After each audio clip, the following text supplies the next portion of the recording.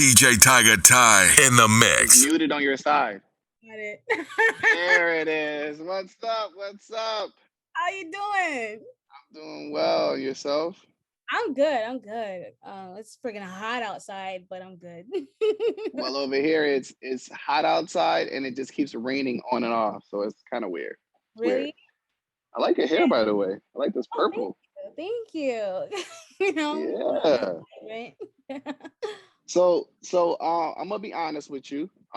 Shout out to Miss Tamara. She actually kind of put me onto your music and what you have going on. So it's an honor, a privilege to actually get a chance to talk to you. Kind of figure out a little bit about who you are, besides what I've read so far, what I've seen, right? Yeah. So talk to me a little bit about yourself. I've seen that you were originally born in Zimbabwe. Is that correct? Yes, I was born in Harare. Okay. And you moved to the States and you bounced around and then you wound up in Toronto, Canada, correct? Yeah, pretty essentially. Yeah, we went to the States because my dad wanted to go to college, and there's a program in Michigan that he really wanted to do. So at first we landed in Chicago, and then from there we went to Stevensville, Michigan, and then from there down to Nashville, Tennessee. And then, randomly one day I thought I was going to Disneyland, but then I ended up in Canada. So Wow. How old were you when all this was happening? I was 11, I think. I think I was like 11, around that age. I was in the fifth grade. Okay. I was so sad. Mm-mm. So was I don't mean to be sound disrespectful when I say this, don't take this the wrong way, but was it kind of like the movie vibes where, like, that one kid that they finally get somewhere, they settle in, and then their parents move them somewhere else and it's like, oh, I gotta start all over? Was it kind of that kind of vibe? Yeah, I bounced around a lot. I never really stayed even in one school for more than a year. I think like the longest I ever stayed in a school was probably like a couple of years. So I wasn't really able to build any foundation anywhere, or like, relationships, childhood relationships and friendships like everybody else. But it's like, nah, you win some, you lose some, right? Now do you feel that whole situation and that journey of your life, like those chapters in your life, helped you create some of the music that you're creating now? Oh, definitely. Number one, the only way I survived any of that was because I loved listening to music. I would just like watch music videos, Destiny's Child and like Chris Brown and Tiffany Evans, all like Soldier Boy and all that. I'm like, okay, I want to do this one day. This was kind of cool, and I would just like sing in my room and all that. So it definitely helped me in terms of being able to hear so many different sounds, because I explored so many different genres in my free time. And now I find I just kind of draw from everything that I listened to and heard growing up. And that's an amazing vibe, especially in the generation that we're in. Yeah. So in regards to your music, right? What's your end goal in regards to the level of places you want to go, the type of audience that you want to target? Like, what's your end goal with your music? I think naturally as an artist, you envision yourself getting to the highest place, like literally international stardom and global people everywhere listening to you. But I think for me, as much as I would love that, obviously, I would say that my focus is just to continue making music that makes people feel good and that brings people together, and that allows people to just let go, let loose, and have fun. And I feel like as long as I continue to do that, those people that I would love to gravitate towards me will do so in due time. Indeed. So that's really what my goal is. Okay. And how old were you when you like officially, like professionally started pursuing music as a profession? Well, there were two attempts. So the first attempt, I was like 17 years old. It was like 2012, I think. Okay. Yeah. My family hit a pretty rough spot and time in life, and we didn't have a home, and we're in a shelter. So, you know, I wanted to do something that was going to help my family out and see what I could do to take my parents out of that really terrible situation. And I was like, okay, I'm gonna focus my time. I'm gonna put my time into my music. I knew I was already like musically inclined, and I was always dibbling and dabbling in it for a while. But I'm like, okay, I'm gonna start it. I'm gonna start doing it like for real now, and I did. But then, you know, I quit like 2 years later. And it was simply because I wasn't ready. I was still really young. There was so much I needed to discover about myself and who I am. And I couldn't write the type of music that I wanted to write until I found out what those parts of me were. So I took a break about 4 years, and then I started again in 2018. And since then, it's been history. That's how I ended up here. Yeah, yeah. We're glad you came back to it. You know what I mean? Me too. So, as an artist that is experiencing, let's say, fans, everything that you've been through, right? Yeah. What advice could you give artists that, let's say, are going to try to attempt to do music, and they're being inspired by the stuff that you're creating? Honestly, it sounds very, very like cliche and typical, but it's honestly the best advice I ever got myself. And that's to be yourself. When you're coming into this game, you know, it's very easy to fall victim into trying to do what sounds cool or like what's happening at that time. And you know, it's good to keep up with like the sounds that are happening, but also just to remember that there's already people who sound like that in this world, but there's nobody who can sound like you, and you need to make sure that you're sounding like yourself. because Right. because when you do bring that element of uniqueness, it makes people want to pay attention, whether they like it or not. They're intrigued, they're interested into hearing like, okay, what is this girl doing, what is this guy doing? I want to hear more. So just definitely stick to being yourself and don't ever waver on that. And that's some good advice. You seem like you got a lot of experience over the years. I mean, the trauma has aged me. So I've been listening to two songs of yours, okay? Bold, and this record that Miss Tamara has sent me called Double Dutch. All right. I've seen both the videos, right? My question for you is, uh-oh, did I lose you? Oh.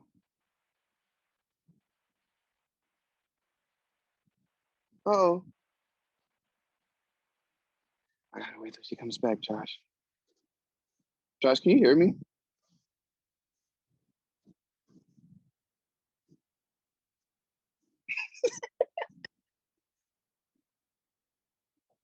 It's the Wi-Fi.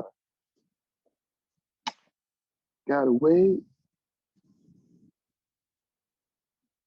She is? I don't see her. Oh, there she is. You're muted.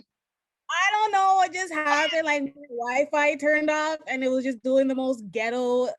I don't Listen, know. I've been through it all. I've been through it all. It's okay. I'm like, oh, let me talk to myself for a couple minutes. It's okay. So okay, Okay. so my question was more so about the records that I've listened to and the music videos that I've watched, right?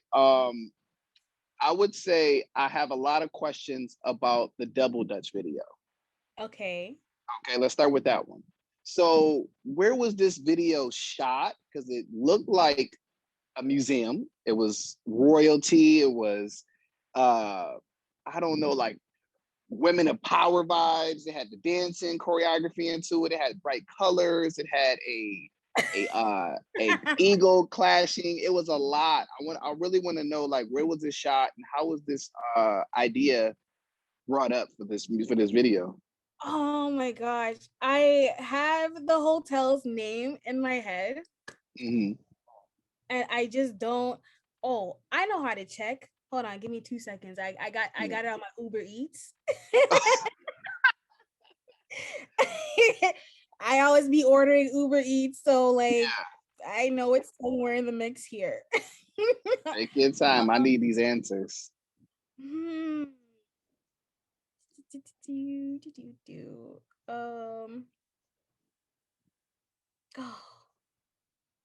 Oh, it doesn't even show you the ad. Okay, that's useless. I don't. It doesn't even show me where was it in Toronto, Canada, or was it somewhere in the States? Yes. There's a hotel downtown. Got it right here in the addresses.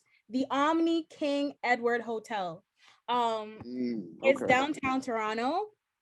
And like when we scouted that location, as soon as we saw it, like I was like, okay, this is where it needs to be, because the ceiling, I don't know if like the ceiling in that place, I had no words. Like it was the most beautiful I've ever seen. Yeah. So who actually shot the video, and like I said, where all did the ideas come from for it? Okay, so this was actually a collaborative idea, and I'm really proud of it because I came up with the concept, right? I came up with the video treatment, and then I sent it over to my photographer, Spencer, aka Proper Posture on Instagram, and I was telling him that I want him to do my video this time. And I was working with Isaiah Blake before, and I was like, it's cool, like he's really dope, I love him, but I just wanted to see what I could do with Spencer, because we're a pretty good team. And I brought the idea to him, and he helped me like make it a little bit more simplified as well, but like still keep the vision. And it was just like a back and forth between myself and him, him directing it. I was like co-directing, and it was so much fun. Yeah. So you're assigned to a label, correct? Yes. So how does that work in regards to like as an artist, creativity? Because I see a lot of people that are signed to labels are like, oh no, the label takes care of everything. They put limits on my creativity. You don't have those restrictions, do you? Absolutely not. And I'm so fortunate. I'm so grateful for this. They honestly 100% trust my vision. So anything I want, anything I want to do, any vision I have, they just hop on board, because they know that I know what I'm doing and I know myself well. And I'm a very creative individual, so they just allow me to do my thing. That's amazing, because I see so many different perspectives of being signed to a label, and all the backlash, and then the positives, the pros and the cons, and it's like it's definitely rough and it's a little scary. But I think that the uniqueness of my situation is I met my A&R when I was 17 years old. So I've known him for almost 10 years now, going on 10 years. So he's pretty much turned into like dad number 2. And even me and my every person on the label, the president, Steve Kane, all of us, like we're like a really tight, close-knit family. And I love it, and it just feels like home. And I know that's not typical for a lot of artists, so I'm grateful to be able to say that. Right. That's good. So it was a whole year, right? The whole year that we were locked up in the house. COVID affected everybody. As an artist, what did you learn during that time of sitting in the house, especially when you're putting out music and your fans are watching these videos, and now it's like, okay, we want to see you perform, but you can't because we're all stuck in the house. Like, what did you learn from being in the house during that time? I just learned how important it is for you to keep pushing yourself as an artist, even when the world stops, to just keep creating. And what I've just kept doing on a daily basis is creating mood boards, visuals, video treatments, keeping myself busy and keeping those creative juices flowing, because like even though things were ghetto, I just wanted to make sure that even after the fact, I like to think ahead, right? Even after the fact, what am I gonna do after the pandemic is finished? I got songs out right now and they're doing well right now, but what am I going to put out, when I can start traveling, when I can start doing live shows? What kind of show am I going to put on? Like all these things. I actually had the time to carefully plan things out. So now as things go, it's so easy. I already know what I'm doing. There's no stress involved, and I love it. Yeah, yeah. And you write you write your own music, correct? Oh yes, I write as well as I co-write with Ty Sinaj, aka Runway the Catwalker. Yeah, Okay. but it's really fun because there's four of us, and pretty much Mm, everyone doubles and dabbles in the writing business. You know, my yeah. two producers might throw something out, and it's really cool. And I love that I can create such great music with so many people that are Mm. just as talented. Now I'm not gonna disclose this crazy, right? I'm just gonna ask you a question and see how you respond to it. Yeah. I'm sure that there are idols that you listen to their music over the years that probably have taken a peek at your videos, listen to your music. Let's say, I don't know, Missy Elliott reaches out to you and says, "Hey, can you write me a song?" Right? Would you Mhm. be open to those kind of things? Because like I noticed that even with producers, I ask producers, "Hey, how do you determine which beats you keep for yourself, which ones you kind of give to the next person?" So as a writer, right? Let's say you wrote an amazing song. Like this is a song that's I know it's going to be amazing for the people, and someone of like a Beyonce or a Missy Elliott or somebody that you idolize comes to you and say, "Hey, you got a song for me?" Like, how would you be open to that, and how would you determine whether to give it to them or keep it for yourself because you're an artist as well? I would 100% be down for that. I would never say no to that. That's number one. Um, Mm, and I think the way that I work is even when we go to the studio, I never know what I'm gonna write prior to, and we don't have mm, any beats prior to. mm. Everything is made in the session at that moment. So I Wow. think Okay. that what I would just do is if somebody would like a track from me, I'll just say, okay, cool. What kind of vibe you looking for? Go in the studio, create whatever I'm feeling that moment that fits that vibe, and do my thing, and then Mm. send it off. You know, and I feel no ways about it because it's not like that's the only fire hit I'm ever gonna write in my life. Right. Right. So who would you want to work with? Again, like I said, you're building your name, you're building your status. Your music is amazing. So these people that you idolize, that you do have listened to, or that you look up to, or have motivated you in music, are going to start acknowledging you. So who would you want to work with along the lines? I would love to work with definitely Missy. You already said that, and I'm just gonna say it Okay. again. Missy. I'd love to work with Queen Latifah, the Ooh. Brat, Foxy Brown, Eve. Hmm. Um, I would say, did I say Lil Kim? I did, right? Not yet, but Okay, you added her now. Yep, Lil little Kim. Kim. I Okay. definitely love to work with Nicki, Cardi, Megan, Mulatto. Um, I'd love to also work with Ashanti Mm. and Ja Rule, and Lil Jon and East Side Boys, as well as Fat Man Scoop. Those are just some of my top picks so far. We're definitely gonna make this Queen Latifah connection. My manager is on the Zoom, and he just put in the chat that he can make a connection for you for Queen Don't play Latifah. with me. He Don't play just with me said that right in now. the chat.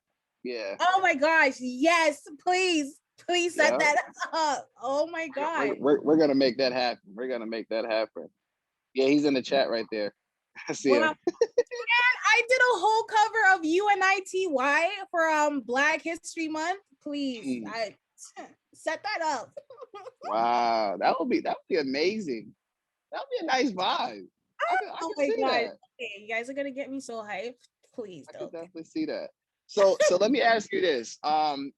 There as an female artist, right? Yeah. Um, have you faced any challenges in regards to fight as a female artist, like um producers that may not have wanted to work with you, or were professional, or I don't know, people saying you can't do something and you're like, what do you mean I can't do this? Yeah. I've definitely come across some unprofessional producers.